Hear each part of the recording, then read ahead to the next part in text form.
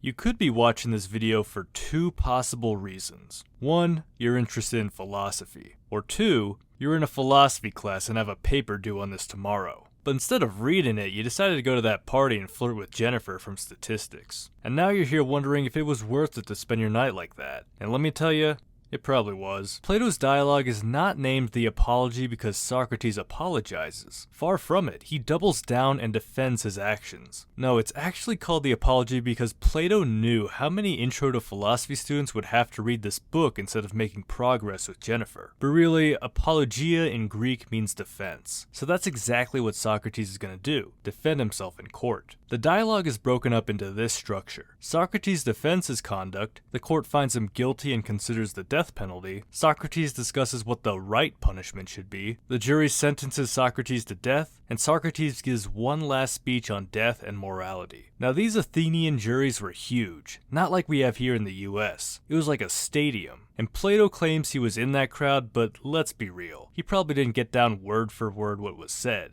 So the historical accuracy of this is a bit mixed. Anyways, let's actually ask what Socrates is on trial for. He actually addresses multiple accusers in this case, but the one of importance comes a little bit in, around section 24c, from a man named Meletus. Meletus claims that Socrates corrupts the young and doesn't believe in gods but other spiritual things. So there's kinda two charges levied at him here. Socrates is guilty of corrupting the young and of not believing in the gods in whom the city believes, but in other new spiritual things. Such is their charge. Let us examine it point by point. So Socrates is given the opportunity to cross-examine Meletus, and the back and forth goes something like this. Is it important that young men be as good as possible? Yes. What improves them? The laws. Who has knowledge of the laws? The jury. The jury? All of them? Yes. What about the audience and the counselors? Them as well. And assembly members? Yes, also them. So this is where Socrates springs his trap. He's like, look, you kinda just admitted that everyone in Athens seems to be making the young into good citizens. Except for me, of course. This shows that you're really just indifferent about all this. But while that is a bit of a rhetorical jab, it's not fully convincing because it just attacks Meletus's character, not the actual charges.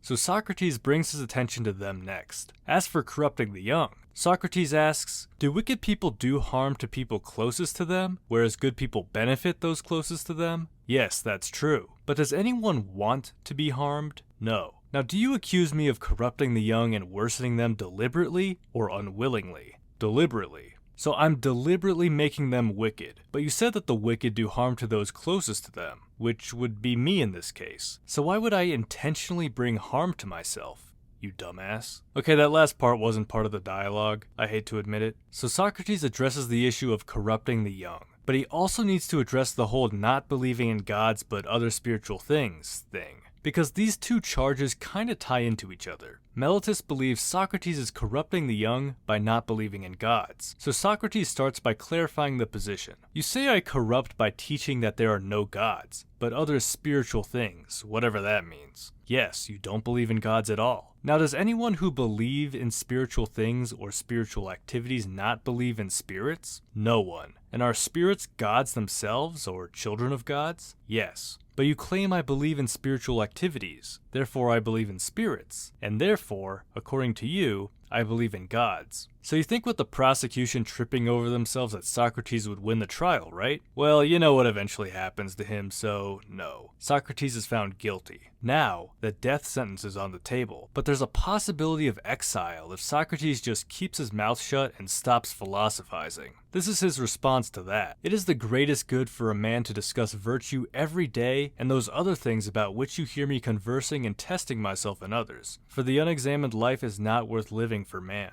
So he's pretty much telling the jury, look, I'm not stopping. What I'm doing is good and righteous. And even if you try to get me to stop after this as a punishment, I won't stop. He tells the jury that maybe he should just be fined, and Plato can pay a couple bucks to get him released. But the jury doesn't go that way. Now this post-death sentence speech is probably the most important part of the dialogue, because Socrates talks about the nature of death and some other ethical musings. First, he restates that he regrets nothing, and would rather be put to death than to succumb to wickedness, like Meletus and those who sentenced him. It is not difficult to avoid death, gentlemen of the jury. It is much more difficult to avoid wickedness, for it runs faster than death. He even is able to prophesize that a fate much worse than death shall fall on them. I mean, after all these years later, we generally hold Socrates in high regard historically, and to those who read this dialogue, we view Meletus and the accusers in a negative light. So perhaps Socrates was onto something when he claimed that wickedness is worse than death, because wickedness sticks with you even after you're gone. Vengeance will come upon you immediately after my death, a vengeance much harder to bear than that which you took in killing me. Finally, Socrates talks about what death even means and why he doesn't fear it. If you've read the later dialogues, you'll know that he has opportunities to escape this death sentence, but he doesn't. He faces it head on. But why is this? Well, for Socrates, death could be one of two things. One, it could be how we understand death to be, a lack of perception and nothingness. But Socrates equates this to a great sleep,